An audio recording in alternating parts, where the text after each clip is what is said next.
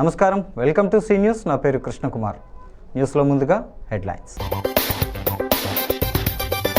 హిందూ ధర్మ పరిరక్షణకు కట్టుబడి ఉన్నాం. గిరి ప్రదక్షిణ రోడ్డును ప్రారంభించిన పవన్ కళ్యాణ్.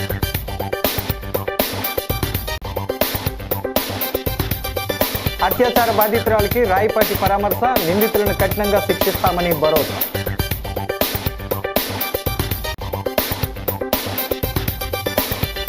మొలకల్లంక రైతులకు స్ప్రేయర్లు, టార్పిన్లు పంపిణీ అన్ని విధాలుగా సహకరిస్తామన్న డైరెక్టర్ కేశు మాధవ్. హౌసింగ్ ప్రాజెక్టులు త్వరితగతిన పూర్తి చేయాలి. పార్లమెంట్లో ప్రస్తావించిన ఎంపీ పురంధరేశ్వరి.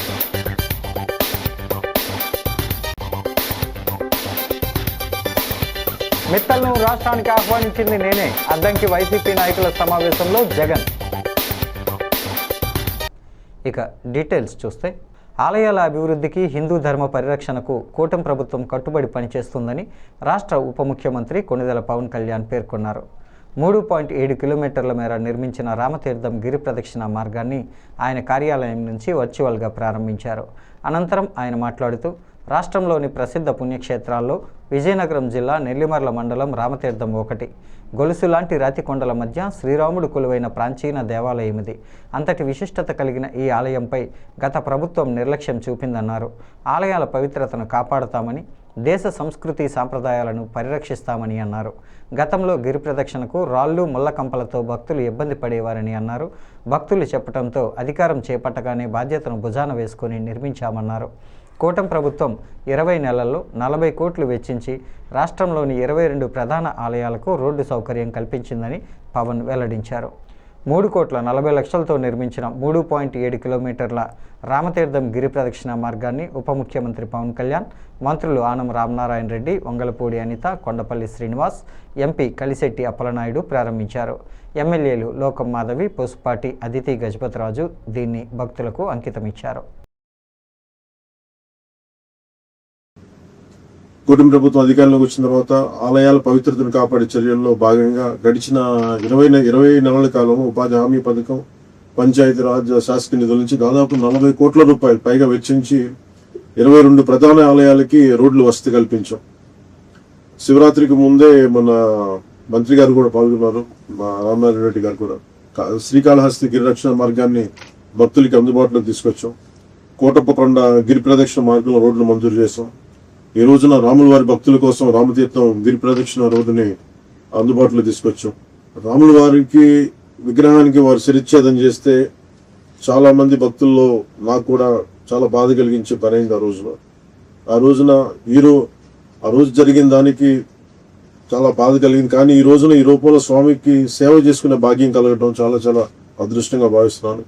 గౌరవ ముఖ్యమంత్రి శ్రీ చంద్రబాబు నాయుడు గారికి, కూటమి ప్రభుత్వంలోని నాయకులందరికీ కూడా నా మనస్ఫూర్తిగా కృతజ్ఞతలు తెలియజేస్తాను. మన సాంప్రదాయాలను గౌరవించే కూటమి ప్రభుత్వం, మన సంస్కృతిని పరిరక్షించే కూటమి ప్రభుత్వం, ఆలయాల పవిత్రతను కాపాడే కూటమి ప్రభుత్వం మనస్ఫూర్తిగా భక్తుల మనోభావాలను కూడా అర్థం చేసుకుంటుంది, గౌరవిస్తుంది.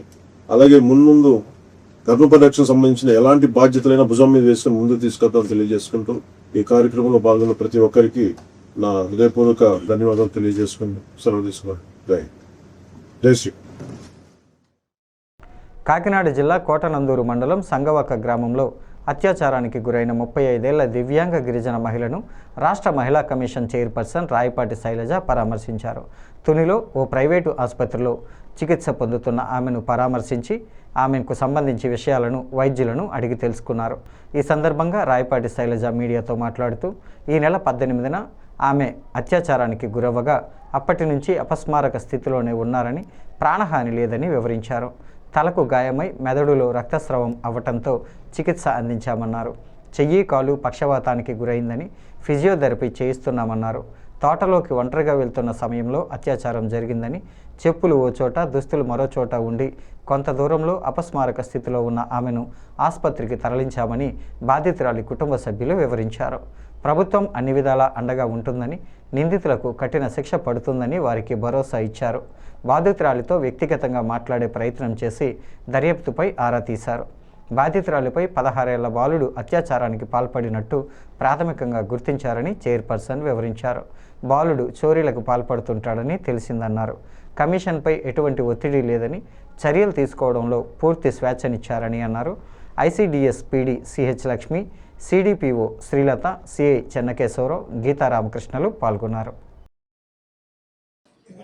18వ తారీఖు ఏదైతే ఒక ఇన్సిడెంట్ జరిగిందో, సంగవాక విలేజ్, పాతకొట్టం పంచాయతీ.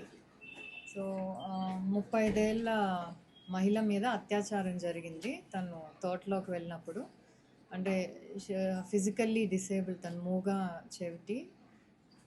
సో ఇంట్లో వాళ్ళు ఎంతకీ రాకపోతే వెళ్ళి చూస్తే అక్కడ తోటలో అన్కాన్షియస్గా పడుండి బట్టలు లేకుండా ఉండింది. సో వెంటనే హాస్పిటల్ తీసుకెళ్ళి స్కాన్ చేపిస్తే బ్రెయిన్లో బ్లీడ్ అని తెలిస్తే, సో ఇక్కడ I think Tuni neuro hospital, Guru neuro hospital తీసుకొచ్చారు. సో ఆల్మోస్ట్ ఒక 5-6 డేస్ అంటే మైకంలో లేదు, అన్కాన్షియస్గానే ఉంది. నిన్నే కొంచెం కాన్షియస్లోకి వచ్చింది. ఆ బ్లీడ్ వల్ల ఏంటంటే కుడి చెయ్యి, కాలు కూడా కొంచెం పక్షవాతం లాగా వచ్చిందనమాట.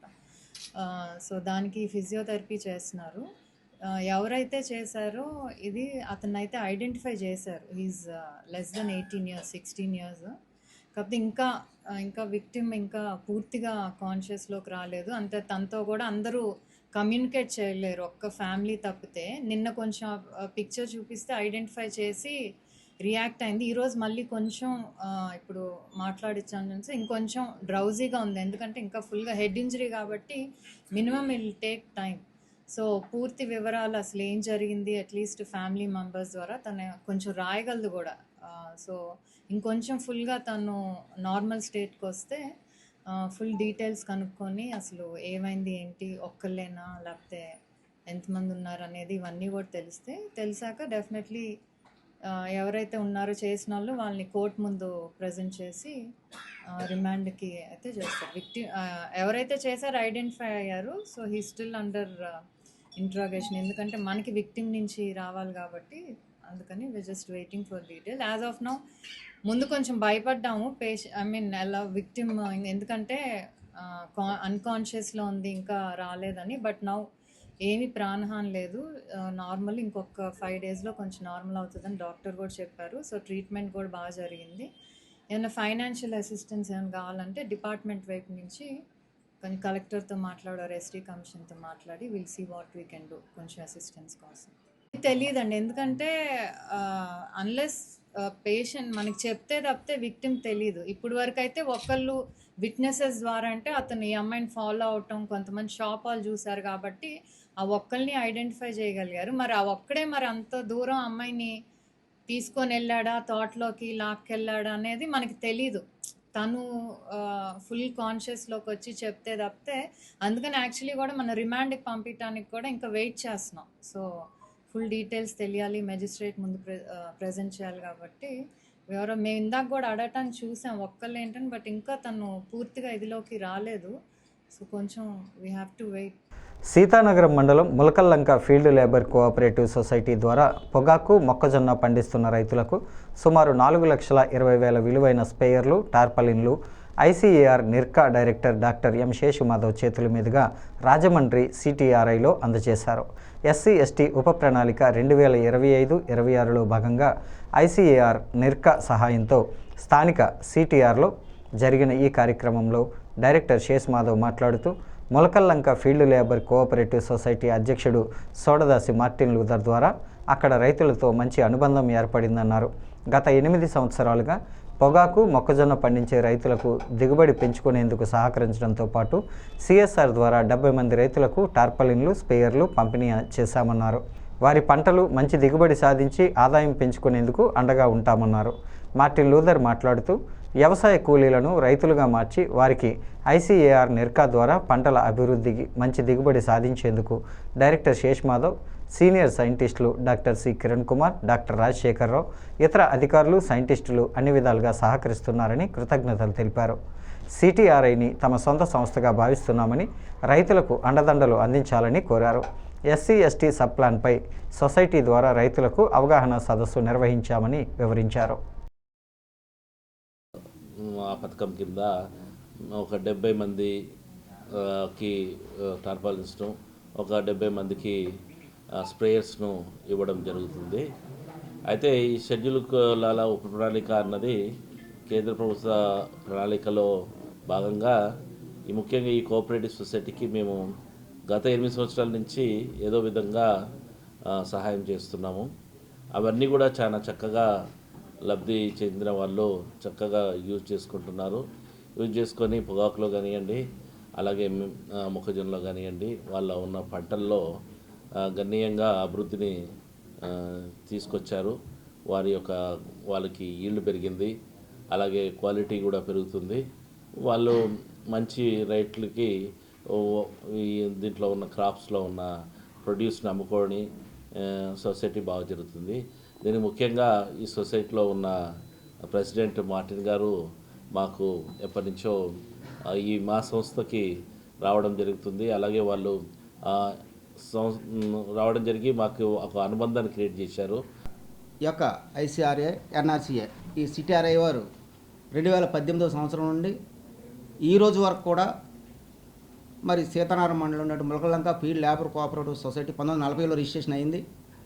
ఆ సొసైటీకి నేను గత 20 సంవత్సరాలుగా నేను ప్రెసిడెంట్గా ఉండడం, అదేవిధంగా గత 8 సంవత్సరాలుగా మా సొసైటీ అభివృద్ధికి అనేక రకాలుగా ఉపయోగపడుతూ మమ్మల్ని ప్రోత్సహించి మరి కూలి పని చేసుకున్నటువంటి వాళ్ళని రైతులుగా మార్చినటువంటి అవకాశం మాకు కల్పించినటువంటి సిటిఆర్ వారికి మేము ప్రత్యేకించి ధన్యవాదాలు తెలియపరుచుకుంటున్నాం. ఈరోజు మరి మా యొక్క లంకలో సుమారు ఇక్కడికి వచ్చినటువంటి అందరూ కూడా రైతులు, సొంతంగా వారే పొలాలు పండించుకుని వారే రైతుల కింద కొనసాగుతున్నారు. వారికి కావాల్సినటువంటి ఇన్వెస్ట్మెంట్స్ అన్నీ కూడా మరి సిటారవే ద్వారా ప్రతి సంవత్సరం కూడా మాకు అందిస్తున్నారు. ఆ సందర్భంగా వారికి మేము ప్రత్యేకించి మా సొసైటీ తరఫున అభినందనలు తెలియపరుచుకుంటున్నాం. ఈరోజు ఈ యొక్క SC/ST సప్లాన్లో 2025-26 సంవత్సరం గాను మా సొసైటీకి సుమారు 4,20,000 రూపాయలు విలువ చేసేటువంటి టార్పాల్స్, అదేవిధంగా స్పేర్లు ఇవ్వడం జరిగింది. వారికి ఈ సందర్భంగా ప్రత్యేకమైన ధన్యవాదాలు తెలియపరుచుకుంటూ doctor T Kiran Kumar, senior శాస్త్రవేత్త, మరి ICR నిర్కాలో పనిచేస్తున్నాను. మరి గత 8 సంవత్సరాలుగా మా సంస్థ ద్వారా షెడ్యూల్ కుల ఉప ప్రణాళికలో భాగంగా ఎన్నో కార్యక్రమాలు ఈ ములగల్లంక లేబర్ కోఆపరేటివ్ సొసైటీకి చేయటం జరిగింది. వారు ఎంతగానో లబ్ధి పొందారు. ఇప్పుడే మరి మార్టిన్ గారి మాటల ద్వారా మనం తెలుసుకున్నాం. మరి ఈ కార్యక్రమానికి ఇంత పెద్ద సంఖ్యలో మరి షెడ్యూల్ కులానికి సంబంధించినటువంటి రైతులందరూ రావటం మాకు ఎంతో సంతోషకరం. వారు ఇంకా ఇలాంటి కార్యక్రమాలను సద్వినియోగం చేసుకుని మరి ఆ యొక్క పంటల్లో అత్యధిక దిగుబడిని సాధిస్తూ ఖర్చును తగ్గించుకుంటూ ఇంకా ముందుకే వెళ్ళాలని మేము కోరుకుంటున్నాం. దానికి సంబంధించినటువంటి ప్రతి సాంకేతికమైనటువంటి సమాచారాన్ని, అలాగే ప్రతి లబ్ధిని మేము సహాయ సహకారాలు అందిస్తానని ఈ విధంగా తెలియజేసుకుంటున్నాం. గత దశాబ్ద కాలంగా అఫోర్డబుల్ మధ్యతరగతి గృహ నిర్మాణ రంగం అనేక సవాళ్లను ఎదుర్కొంటుందని, చాలా హౌసింగ్ ప్రాజెక్టులు నిలిచిపోయి గృహ కొనుగోలుదారులు తీవ్ర ఇబ్బందులకు గురవుతున్నారని పార్లమెంటు ప్రశ్నోత్తరాల సమయంలో ఎంపీ దగ్గుబాటి పురంధరేశ్వరి ప్రస్తావించారు. మధ్యతరగతి గృహ కొనుగోలుదారుల సమస్యలపై పలు ప్రశ్నలను లేవనెత్తారు. ఈ సమస్యను పరిష్కరించేందుకు మరియు ఇబ్బందుల్లో ఉన్న గృహ కొనుగోలుదారులకు న్యాయం చేయడానికి special window for affordable and mid income పథకం ప్రవేశపెట్టబడిందన్నారు. ప్రస్తుతం 4 లక్షల కోట్ల ప్రాజెక్టులు నిలిచిపోతే కేటాయించిన 15,000 కోట్లతో ప్రాజెక్టులు పూర్తి చేయడానికి ఎలా సాధ్యమవుతుందని ప్రశ్నించారు. అలాగే ఆమోదాలు, నిధుల విడుదల జరుగుతున్న వేగం లక్ష్యాలను చేరుకోవడానికి సరిపోతుందా? అదేవిధంగా కొన్ని బిల్డర్లు విధించిన నిబంధనల కారణంగా ఈ పథకంలో చేరడానికి ఆసక్తి చూపడం లేదని, అలాంటి బిల్డర్లు కూడా ముందుకు రావడానికి ప్రభుత్వం ఏ చర్యలు తీసుకుంటోంది, గృహ కొనుగోలుదారులకు న్యాయం చేయడానికి వారిని ఎలా ప్రోత్సహిస్తున్నారని అడిగారు. దీనికి కేంద్ర ఆర్థిక శాఖ మంత్రి నిర్మలా సీతారామన్ సమాధానమిచ్చారు. యథాశక్తిగా ఎక్కువ నిలిచిపోయిన ప్రాజెక్టులను పూర్తి చేసి తీవ్రంగా ప్రభావితమైన మధ్యతరగతి గృహ కొనుగోలుదారులకు న్యాయం చేయడమే తమ లక్ష్యమని తెలిపారు. The home buyers in the lurch. Sir, to address this issue, Swami has been brought in so that justice could be done to the home buyers who are under distress. Sir, the result of Swahim has been that about 35,000 crores of liquidity has been unleashed. There are about 50,000 housing units that have been completed, and over 130 projects are benefiting about 1 lakh home buyers have happened so far. However, sir, my question to the Honorable Minister would be that the 15,000 crores that have been allocated to Swahim presently, is that sufficient enough for the 4 lakh crore worth stalled project, and the pace at which the approvals and disbursals are happening, sir, would that be sufficient enough for us to achieve the objectives? And there are also some builders who are unwilling to come on board because of the conditions that have been imposed, sir. So what are we doing to ensure that these builders also come on board to do justice to the home buyers? Thank you, sir. So the honorable member is right in saying 10,037.5 crores have been spent in the phase 1, which was launched in 2019, and then the final closure was achieved in 22 December. For that phase 1, 15,531 crore was assigned, of which 10,000 has been spent, and the number of houses have been already given in terms of number of units which have got completed, and that is 63,200, and with a total of 1,01,443 homes which are in the portfolio to be completed. Mittal స్టీల్ను తానే తెచ్చినట్లు Chandrababu buildup ఇస్తున్నారని YCP అధినేత జగన్మోహన్ రెడ్డి విమర్శించారు. అద్దంకి నియోజకవర్గ నాయకులతో తన camp కార్యాలయంలో జరిగిన సమావేశంలో మాట్లాడుతూ 2022లో నేను దావోస్కు వెళ్ళినప్పుడు అక్కడ ఇదే మిట్టల్ వాళ్ళు నన్ను కలిశారని తెలిపారు. కర్నూలులో గ్రీన్కో ప్రాజెక్టులో 4,800 కోట్లు పెట్టేందుకు ఎస్ఆర్ స్టీల్ను కొని 1000 కోట్లతో దాన్ని విస్తరించేందుకు నా సమక్షంలోనే ఒప్పందాలు చేసుకున్నారు. అదే సమయంలో ఉక్కు కర్మాగారం పెట్టాలని వారిని రాష్ట్రానికి నేను ఆహ్వానించా. నక్కపల్లిలో వారికి 2,200 ఎకరాలు ఇచ్చేందుకు ఎన్నికల ముందే అడుగులు పడ్డాయని అన్నారు. ఆలోపు ఎన్నికల కోడ్ వచ్చింది. మేమంత దూరం తెచ్చిన ప్రక్రియను చంద్రబాబు ఇప్పుడు పూర్తి చేసి తనను చూసే మెట్టలు వచ్చినట్లు బిల్డప్ ఇస్తున్నారని విమర్శించారు. గూగుల్ అదానీలను తీసుకొచ్చింది తానేనని జగన్ తెలిపారు. 13 రాష్ట్రాలతో పోటీపడి నక్కపల్లిలో బల్క్ డ్రగ్ పార్కును 2023లో తెచ్చాం. దానికి 1000 కోట్లు ఇచ్చేందుకు కేంద్రం ముందుకొచ్చింది. ఈ 2 ఏళ్లలో చంద్రబాబు అక్కడ ఒక్క అడుగు ముందుకు పడకుండా చేశారు. వైకాపా హయాంలో చేపట్టిన పోర్టుల్లో రామయ్యపట్నం 80%, మూలపేట 30%, మచిలీపట్నం 30% పూర్తయితే ఈ 2 ఏళ్లలో వాటి పనులను ముందుకు కదలకుండా చేశారని జగన్ ఆరోపించారు. అయ్యే చంద్రబాబు నాయుడు క్రెడిట్ చోరీకైనా క్రెడిట్ దోపిడీకైనా ఒక హద్దు పొద్దు ఉండాలి. ఇదే మిట్టల్, ఇదే ఆదిత్య మిట్టల్ అనే ఇదే మిట్టల్ వాళ్ళు నేను డావోస్ 2022లో డావోస్ పోయినప్పుడు నన్ను కలిసినారు. కలిసి వాళ్ళు అప్పట్లోనే గ్రీన్కో ప్రాజెక్టులో దాదాపుగా 4,800 కోట్ల రూపాయలు కర్నూలులో కడతా ఉన్న పంప్ స్టోరేజ్ ప్రాజెక్టులో భాగం తీసుకొని గ్రీన్కోలో 4,800 కోట్ల రూపాయలు పెట్టుబడులు పెట్టడానికి ఆ రోజుట్లో డావోస్లో అప్పుడే నా సమక్షంలోనే అవగాహన కుదురుంది. ఇది కాక అప్పట్లోనే ఎస్ఆర్ స్టీల్ వీళ్ళు కొనుగోలు చేసి దాంట్లో ఎక్స్పాన్షన్ కూడా పోతూ 1000 కోట్ల రూపాయలు పెట్టుబడి పెట్టేదానికి కూడా ఆ రోజే నా సమక్షంలోనే అది కూడా జరిగింది. ఇది కాక వీళ్ళను కొత్త స్టీల్ ప్లాంట్ పెట్టడానికి అడుగులు ముందుకు వేయండి అని చెప్పి ఆహ్వానించింది నేను. రాష్ట్రానికి ఆహ్వానించి రమ్మని చెప్పి వాళ్ళకి చెప్పి వాళ్ళు అధికారులకు కూడా చెప్పిన వాళ్ళు వస్తున్నారు, వాళ్ళకి ఎక్కడెక్కడ మనం భూములు ఇవ్వగలుగుతామో చూపించండి అని చెప్పి వాళ్ళు రావడము, మన అధికారులు ఫస్ట్ కాకినాడ SCZలో భూములు చూపించినారు, తర్వాత మూలపేటలో వీళ్ళు రావడానికి భూములు చూపించారు, తర్వాత నక్కపల్లిలో మన హయాంలోనే వీళ్ళకి భూములు చూపించినారు. చూపించిన తర్వాత నక్కపల్లిలో వీళ్ళు ఎన్నికలకు మునిపే రావడము, నక్కపల్లిలో భూములు కూడా చూసుకోవడము, భూములు వాళ్ళకు నచ్చడము, అక్కడ ఆల్రెడీ అప్పటికే APIC భూములు మన దగ్గర ఉన్నాయి. ఆ భూముల్లో నుంచి వీళ్ళకి 2,200 ఎకరాలు మనం అప్పటికే సూత్రప్రాయంగా వీళ్ళకి ఇవ్వడం కూడా జరిగింది. సూత్రప్రాయంగా ఇచ్చేదానికి అడుగులు ముందుకు కూడా వేశాం. ఈ లోపల ఎన్నికల కోడ్ వచ్చింది. రాజమహేంద్రవరం రూరల్ శాటిలైట్ సిటీలో ఇండిస్పేట కోఆపరేటివ్ అర్బన్ బ్యాంక్ నూతన శాఖను రూరల్ ఎమ్మెల్యే గోరంట్ల బుచ్చయ్య చౌదరి ప్రారంభించారు. ఈ కార్యక్రమానికి హాజరైన గోరంట్లకు ఇండిస్పేట బ్యాంక్ చైర్మన్ కోళ్ల అచ్యుత రామారావు అలియాస్ బాబు ఘనంగా స్వాగతం పలికారు. గోరంట్ల మాట్లాడుతూ సహకార రంగంలో ఇన్నిస్పేట కోఆపరేటివ్ బ్యాంక్ గణనీయంగా అభివృద్ధి చెందుతుందన్నారు. పేద మధ్యతరగతి వర్గాలకు అందుబాటులో ఉంటూ సహకార బ్యాంకులు అందిస్తున్న సేవలు ఎనలేనివని ప్రశంసించారు. ఈ బ్యాంకు మరింత పురోగతి సాధించాలని ఆకాంక్షించారు. బ్యాంక్ చైర్మన్ కోళ్ళ అచ్యుతరామారావు మాట్లాడుతూ శాటిలైట్ సిటీ బ్యాంక్ వినియోగదారుల అవసరాలను దృష్టిలో ఉంచుకొని ఈ 5వ శాఖను ఏర్పాటు చేసినట్లు తెలిపారు.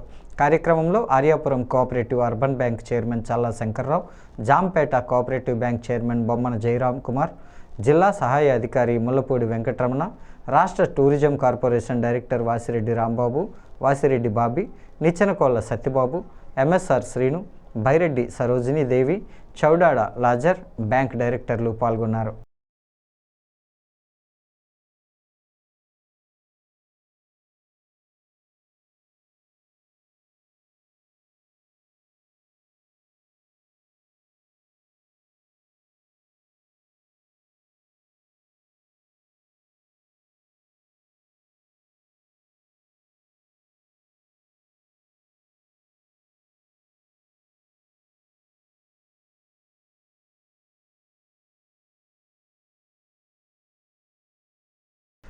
శెట్టిబలిజ సామాజిక వర్గ ఆశాజ్యోతి దొమ్మేటి వెంకటరెడ్డి సేవలు చిరస్మరణీయమని రాష్ట్ర శెట్టిబలిజ కార్పొరేషన్ చైర్మన్ కుడుపూడి సత్యబాబు కొనియాడారు.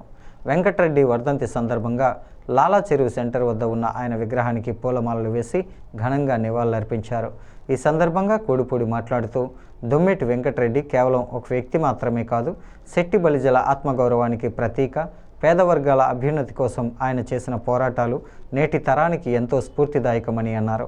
ఆయన చూపిన బాటలో నడుస్తూ శెట్టిబలిజ కార్పొరేషన్ ద్వారా ప్రతి పేదవాడికి ప్రభుత్వ ఫలాలు అందేలా చూడటమే ఆయనకు ఇచ్చే నిజమైన నివాళిగా పేర్కొన్నారు.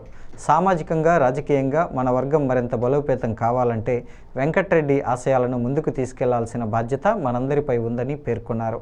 ఈ నెల 23న వెంకటరెడ్డి జయంతి సందర్భంగా ప్రభుత్వం అధికారికంగా జీవో విడుదల చేయడానికి ప్రత్యేక శ్రద్ధ తీసుకోవడమే కాకుండా విశాఖపట్నంలో నిర్వహించిన ఆయన జయంతి వేడుకల్లో పాల్గొన్న ఐటీ, విద్యాశాఖల మంత్రి నారా లోకేష్కు ప్రత్యేక కృతజ్ఞతలు తెలిపారు.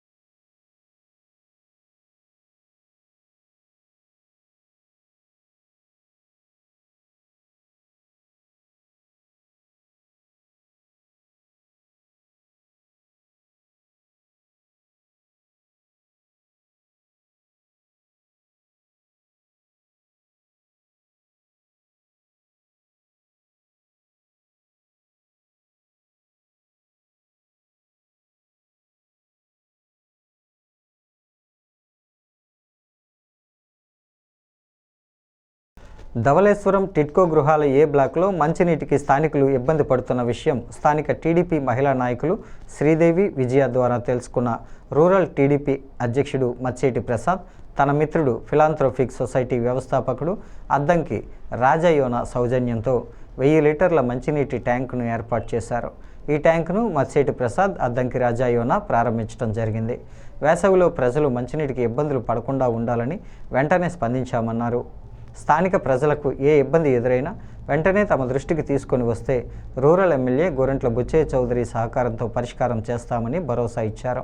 ఈ కార్యక్రమంలో నిడిగట్ల కామేష్, తెలుగు మహిళా నాయకురాలు బమ్మిడి శ్రీదేవి, రంకిరెడ్డి విజయ, లక్ష్మి, సత్యనారాయణ, నాగలక్ష్మి, వరుణ్, విజయలక్ష్మి, నాగలక్ష్మి, దుర్గా తదితరులు పాల్గొన్నారు.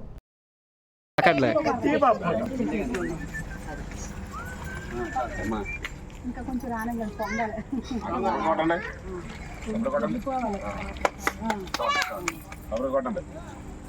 వచ్చా అలాగా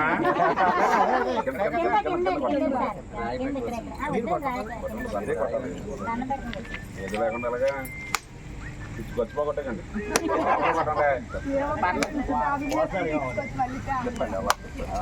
కొట్టారండి. స్థానిక గాంధీపురంలో నూతనంగా ఏర్పాటు చేసిన యూరో కిడ్స్ ఫ్రీ స్కూల్ను సిటీ ఎమ్మెల్యే ఆదిరెడ్డి శ్రీనివాస్ గురువారం జ్యోతి వెలిగించి ప్రారంభించారు. ఆయనకు పాఠశాల ప్రిన్సిపల్ అనూష కందికొండ, కాల్నాద భట్ల సత్యనారాయణ తదితరులు ఘనంగా స్వాగతం పలికారు. ఈ సందర్భంగా ఎమ్మెల్యే ఆదిరెడ్డి శ్రీనివాస్ మాట్లాడుతూ విద్యా వ్యవస్థలో మంచి పేరున్న యూరో కిడ్స్ ఫ్రీ స్కూల్ ఇక్కడకు రావటం ఆనందంగా ఉందన్నారు. ఫ్రీ స్కూల్ నిర్వహణకు యూరో కిడ్స్కు మంచి అనుభవం ఉందని కొనియాడారు. పిల్లలకు ఓపిక సహనంతో విద్య బోధించడమే కాకుండా మంచి మానవతా విలువలు నేర్పుతూ జ్ఞానజ్యోతులు వెలిగించి మంచి పౌరులుగా సమాజానికి అందించాలని ఉపాధ్యాయులను సూచించారు. ప్రిన్సిపల్ అనూష కందికొండ మాట్లాడుతూ యూరో కిడ్స్లో day care, nursery, Euro juniors, LKG, Euro seniors, యూకేజీలో ఇక్కడ విద్యాబోధన జరుగుతుందన్నారు. తాను ప్రిన్సిపాల్తో పాటు తల్లిదండ్రులకు, విద్యార్థులకు కౌన్సిలర్గా కూడా వ్యవహరిస్తానని తెలిపారు. ఇప్పుడు అడ్మిషన్లు ప్రారంభిస్తున్నామని, ఏప్రిల్ 1 నుంచి తరగతులు జరుగుతాయన్నారు. విద్యారంగంలో 25 సంవత్సరాల అనుభవం ఉన్న యూరో కిడ్స్ను ప్రోత్సహించాలని కోరారు. ప్రముఖ నఖ చిత్రకారుడు పరస రవి, గాయత్రీపీఠం నిర్వాహకుడు సవితల చక్రభాస్కర్రావు, పలువురు నగర ప్రముఖులు పాల్గొన్నారు. మనం ఏదో దయించి కృతజ్ఞతలు తెలియజేస్తూ వారి యొక్క సందేశాన్ని అందించే ఒక ఎక్స్పర్ట్ అనే ఒక పేరుతోటి ఎన్నో ప్రాంతాల్లోని పిల్లలకి మంచి విద్య అందిస్తూ ఉన్న యూరో కిడ్స్ లాంటి ఎంతో ప్రతిష్టాత్మకమైన విద్యా సంస్థ రాజమహేంద్రవరానికి రావడం అన్నది శుభ పరిణామం. ఆ రాజమహేంద్రవరంలో ఈ రోజున శ్రీమతి అనూష గారి యొక్క సారథ్యంలోని ప్రారంభించుకునే అవకాశంలో నేను రావడం అన్నది ఒక గొప్ప అవకాశం కింద భావిస్తూ ఆ విషయాన్ని గుడ్ లక్. చిన్నపిల్లలకి సంబంధించిన విద్యా సంస్థ కాబట్టి మనం చాలా జాగ్రత్తగా ఉండాలి. ఒకటి, వాళ్ళ సెక్యూరిటీ పరంగా జాగ్రత్తగా ఉండాలి. ఇంకొకటి, ఆ చిన్న వయసులో వాళ్ళకి నేర్పించే ఆ మూలాలే రేపు వారి యొక్క భవిష్యత్తుకి అనేక విధాలుగా ఉపయోగపడేది. కాబట్టి ఆ మూలాల్ని చాలా బలంగా ఉండే విధంగా విద్యకు ఒక్కటే ప్రాధాన్యత ఇవ్వకుండా వారు హోలిస్టిక్గా ఒక మంచి హ్యూమన్ వాల్యూస్ పెంపొందించే విధంగా వాళ్ళని తీర్చిదిద్దాలన్నది వాళ్ళకి తెలియచేస్తూ. అందరికీ నమస్కారం. నా పేరు అనూష. నేను Euro kids pre school Danavaipeta Rajahmundry branch నుంచి మాట్లాడుతున్నాను. నేను ఈ బ్రాంచ్కి ప్రిన్సిపల్గాను అలాగే స్టూడెంట్స్కి, పేరెంట్స్కి కౌన్సిలర్గాను వ్యవహరిస్తున్నాను. ఇవాళ అనగా 26 మార్చ్ 2026న మన ప్రియతమ ఎమ్మెల్యే గారు శ్రీ ఆదిరెడ్డి శ్రీనివాస్ గారి చేత గొప్ప ప్రారంభోత్సవం అయినది ఈ బ్రాంచ్. అలాగే మేము ఈ రోజు నుంచి అడ్మిషన్స్ని ప్రారంభించుకుంటున్నాము. అలాగే ఏప్రిల్ 1 నుండి క్లాసెస్ స్టార్ట్ చేయబోతున్నాము. మాకు ఈ ఫ్రాంచైజ్ ఈ సంవత్సరంలో మొదలు పెట్టబోతున్నాము. అలాగే యూరో కిడ్స్ ప్రీ స్కూల్స్ వారితో 25 years ఎక్స్పీరియన్స్ ఉంది మాకు. అలాగే మా టీచర్స్ అందరూ వెల్ ట్రైన్లో ఉన్నారు. బులెటిన్ ముగించే ముందు హెడ్లైన్స్ మరోసారి. హిందూ ధర్మ పరిరక్షణకు కట్టుబడి ఉన్నాం. గిరి ప్రదక్షిణ రోడ్డును ప్రారంభించిన పవన్ కళ్యాణ్.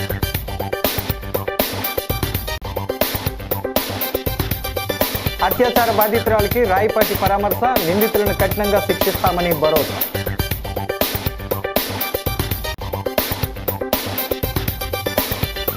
మొలకల్లంక రైతులకు స్ప్రేయర్లు, టార్పిన్లు పంపిణీ అన్ని విధాలుగా సహకరిస్తామన్న డైరెక్టర్ కేశు మాధవ్. హౌసింగ్ ప్రాజెక్టులు త్వరితగతిన పూర్తి చేయాలి. పార్లమెంట్లో ప్రస్తావించిన ఎంపీ పురంధరేశ్వరి.